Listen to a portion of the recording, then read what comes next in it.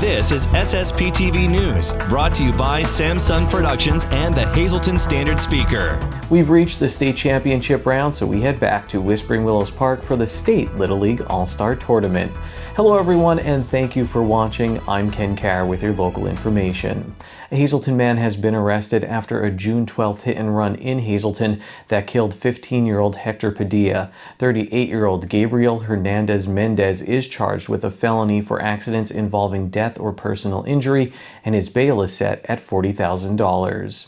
In other news, Thursday is a big day in the Cunningham Valley. It's the championship round of the Pennsylvania 11 to 12-year-old Little League All-Star Tournament. Who's playing? Let's check out the SSPTV Standard Speaker scoreboard. Tommy Sergio provided a big surge for Upper Providence against Greater Pittston area. The game was tied at 7 when Sergio hit a 3-run home run. Upper Providence went on to win 10-8, and they'll face unbeaten Greencastle on Thursday. If Greencastle wins, they're the state champions and will head to the regional tournament.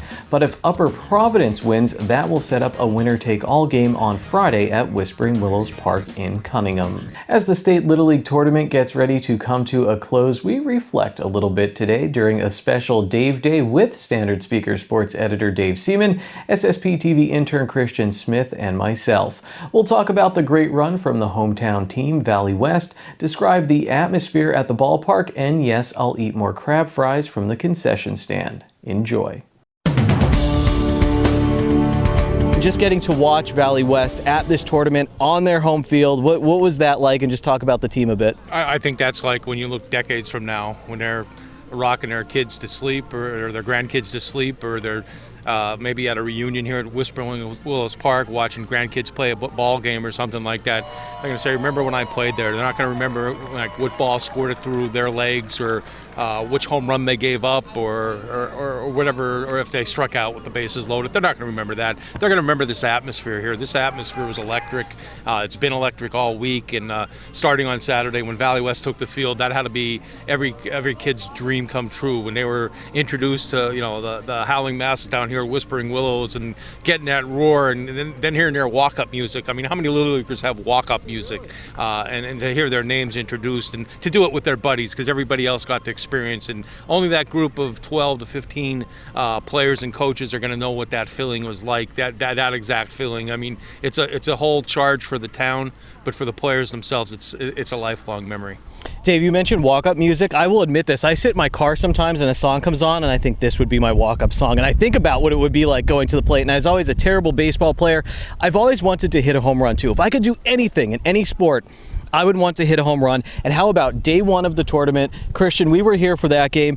Mikey Ballay comes up to bat and just hits a home run out of here for the home team. It was electric. That moment, I'll always remember that, what it felt like. I've been to Penn State games, not saying it was rivaling the sound of Beaver Stadium, but it was loud down here in the Valley. What stood out to you? You've watched this team for a few games. You've covered them through the Section 6 tournament, actually, and here at the state tournament. What are you going to take away remembering about this Valley West team? Just how hard they fought all the way through. I mean, all the way through districts into sectionals, and then here in the state tournament, they fought, and they went down swinging.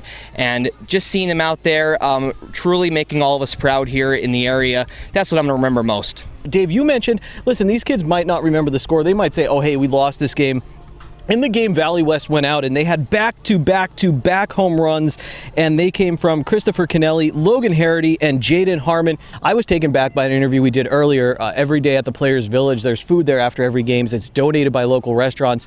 One of the volunteers told me, one of the committee members for the state tournament said, these local businesses have been through a lot with the pandemic, but they're still giving to us. They still want to help out. Dave, what have you seen through all of that while you've been here at the tournament? Just a lot of heart. I mean, these businesses have heart, and they have a lot of, again, go back to the word pride.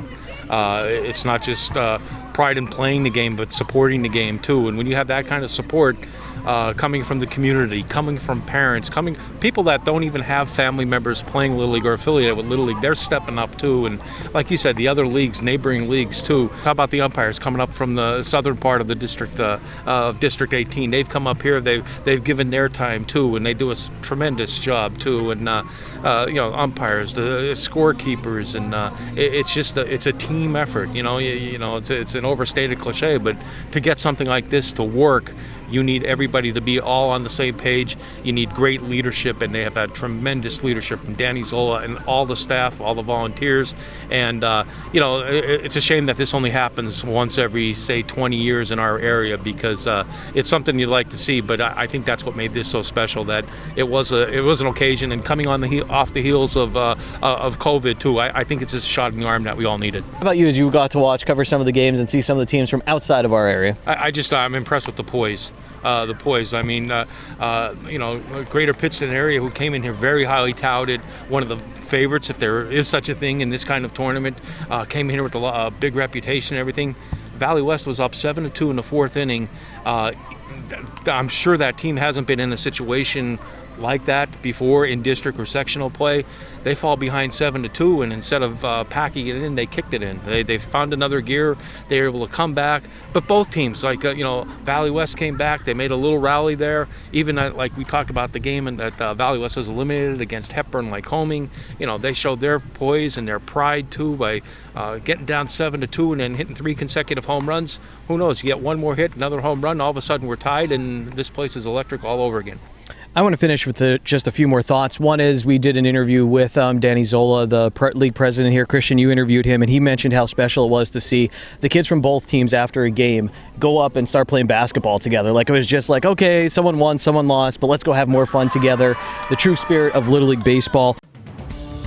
Today's news feature is brought to you by the Fairfield Inn and Suites by Marriott. Need to relax? Book a stay at our indoor pool and dry sauna. Call the Fairfield Inn and Suites by Marriott at 570-453-0300. Time now for weather on SSPTV News. Here's our forecast for the National Weather Service. On Friday, mostly sunny with a high in the 70s. Friday night, mostly clear with a low around 50 degrees. Saturday, sunny with a high in the 70s. Saturday night, partly cloudy with a low in the 50s. Sunday, a chance of showers, partly sunny with a high in the 70s. Sunday night, partly cloudy with a low in the 50s. Monday, mostly sunny with a high in the 70s. And Monday night, mostly clear with a low in the 50s. The weather is brought to you by Valley High Food Drive-In in West Hazleton. They're open Monday through Saturday from 4 p.m. to 8 p.m. and Sunday from 1 p.m. to 8 p.m. These hours may vary as they work on staffing for the summer, so call ahead or check them out on Facebook. Coming up, a story on National Night Out in Cunningham, and later we spend a day at the State Little League Tournament. PTPA Summer Camp will be held from August 8th through August 14th. For family discounts or for more information, you can visit ptpashows.org. SSPTV News, let's send sincere condolences to the family and friends of these recently departed. George the Flurry of Hazleton. Services will be private under the Fierro Funeral Home.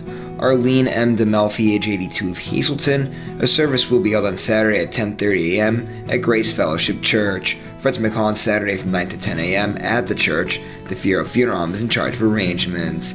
Elizabeth Kanyak, age 90 of Weatherly. Services will be private under the Philip J. Jeffries Funeral Home. Lois C. Miller, age 86 of Selinsgrove. A funeral service will be held on Friday at 11 a.m. at the Shamokin Dam United Methodist Church in Shamokin.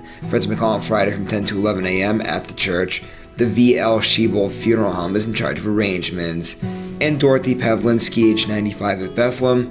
Mass will be held on Saturday at 11 a.m. at Our Lady of Perpetual Help Catholic Church in Bethlehem. Friends McCall on Friday from 4 to 6 p.m. and on Saturday from 9:30 to 10 a.m. at the Connell Funeral Home. Today's social and obituary report is brought to you by Harmon Funeral Homes and Crematory. Call 570-788-0977 or go to harmonfuneral.com.